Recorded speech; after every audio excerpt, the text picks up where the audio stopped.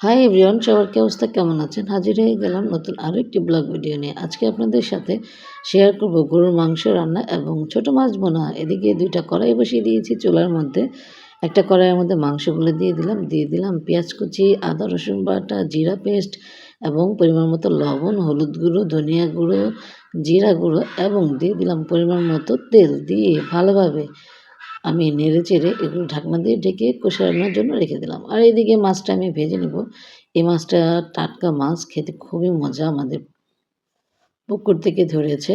কই মাছও আছে, কিছু কিছু মাছ মিশানো আর কি।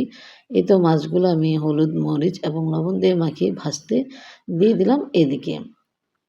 আর একপাশে তো আমার মাংস রান্না হচ্ছে। এই যে দেখুন, মাংসটা কিন্তু পানি বের হয়ে আসছে। পানির মধ্যে আমি এক্সট্রা এখনও কোনো পানি দিইনি। এই পানিটা প্রথম শুকিয়ে নেব। এই তো কষানো হচ্ছে। আর খড়ির চুলার রান্না তো খুবই মজা হয়, কী আর বলবো আপনাদের। এই তো আলহামদুলিল্লাহ মাছটাও ভাজা হয়ে যাচ্ছে। আর কয়েকটা মাছ বাকি ছিল, সেগুলো আমি ভেজে নেব। মাংসটা মাঝে মাঝে দেখে নিচ্ছি যে মাংসটা যেন লেগে না যায়। আর মাছ একটা খেয়ে দেখলাম, মাশাআল্লাহ মাছ ভাজা খেতে কিন্তু অনেক মজা। এই তো মাছগুলো দিয়ে দিলাম, বাকি মাছগুলো দিয়ে এগুলো উল্টিয়ে দিব। মাংস এদিকে পানিটা এখনও শুকায়নি। পানিটা যখন শুকাবে এর মধ্যে আমি ঝোলটা অ্যাড করে দিব। আর আজকে মাংসটা কিন্তু আমি আলু দিয়ে রান্না করছি। আলু দিয়ে গরুর মাংস রান্না করলে খুবই ভালো লাগে। এই তো আলহামদুলিল্লাহ। আর দেখুন, গ্রামের বাড়িতে মুরগি মানে কি বলবো, মুরগির ডাক আর কমছে না মনে হচ্ছে। আমার বাসার মধ্যে আসে ডাকতেছে এরকম মনে হচ্ছে। মাছটা কিন্তু খুবই ভালো লেগেছিল ভাজাটা।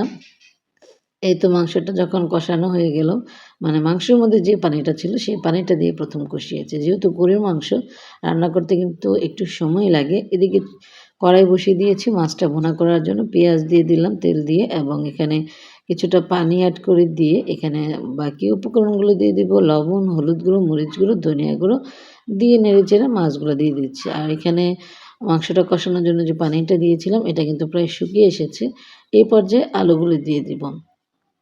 আর আলু দিয়ে মাংস রান্না করলে আমার বাচ্চারা খুবই মানে পছন্দ করে।